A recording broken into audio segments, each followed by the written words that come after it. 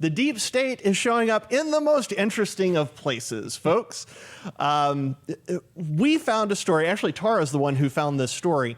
We found a story that is very interesting. It's video. We've got several videos from a Rochester County school board meeting. Now, if you haven't, this is not Loudoun County, this is Rochester County. They've been having some of the same problems with CRT and wokeness and all of that garbage. Well, some citizens were finally fed up with it. They showed up at a school board meeting, and we've got 3 or 4 clips here. The first one I want to intro for you is a gentleman who was seriously ticked off, and he wanted to address cancel culture in front of the school board and in front of a packed house that had a bunch of upset parents in it. He's wanting to talk about cancel culture and retribution for those who are not woke. Let's run clip 1, please. School board members, I look across our community, across this room, and I see a tremendous polarization. Students and teachers, parents, and community members are afraid to voice their true opinions in our schools for fear of docked grades, threats to job security, and retaliation against their students and businesses. A singular social political narrative is being pushed, and anyone who dares to question it or speak against it is being attacked and demonized. Yeah. Fellow citizens, this is not inclusion, this is not tolerance, this is not freedom. This is not American.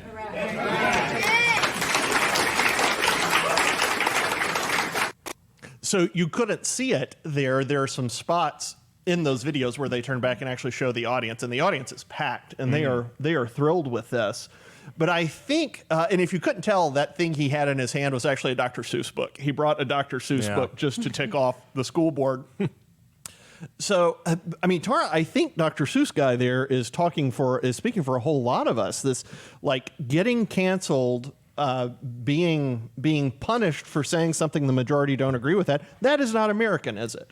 No, it's not American at all. And the thing is when we're sending our students to school, we're entrusting those teachers just to be like, hey, this is what happened. These are like basic things. Here's y equals mx plus b, you know, those like really staple things we've all learned. But instead they're coming home and going, oh, mommy and daddy, I need to get vaccinated, and I don't know really what gender I am, and I might be on a spectrum. And it's like, what are you talking about? Like, I don't remember that curriculum. Yeah, I don't either. So our friend Dr. Seuss guy, he went on from this point. Pull soundbite 2, please. I stand here tonight as one citizen representing thousands who are taking a stand against racism in any form, no matter what it may be labeled. Let me clarify that in no uncertain terms that those who oppose critical race theory and the organization called Black Lives Matter are not racist.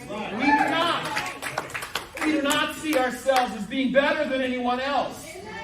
We value all lives and the rights of every person, whether or not we have the same level of melanin in our skin.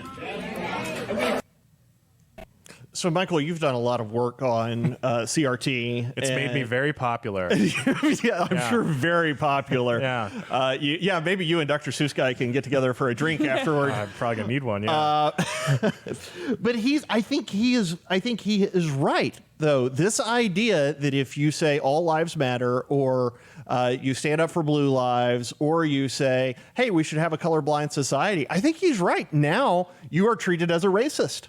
Oh yeah, absolutely.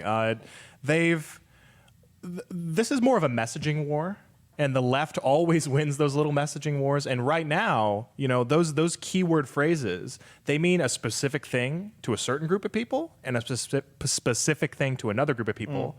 And those two definitions are conflicting with one another. So, you know, to a liberal or to even just someone in the mainstream that doesn't hear a lot of political news, Black Lives Matter, there's nothing wrong with that. So if you have a problem with that, well, obviously you're a racist. Yeah.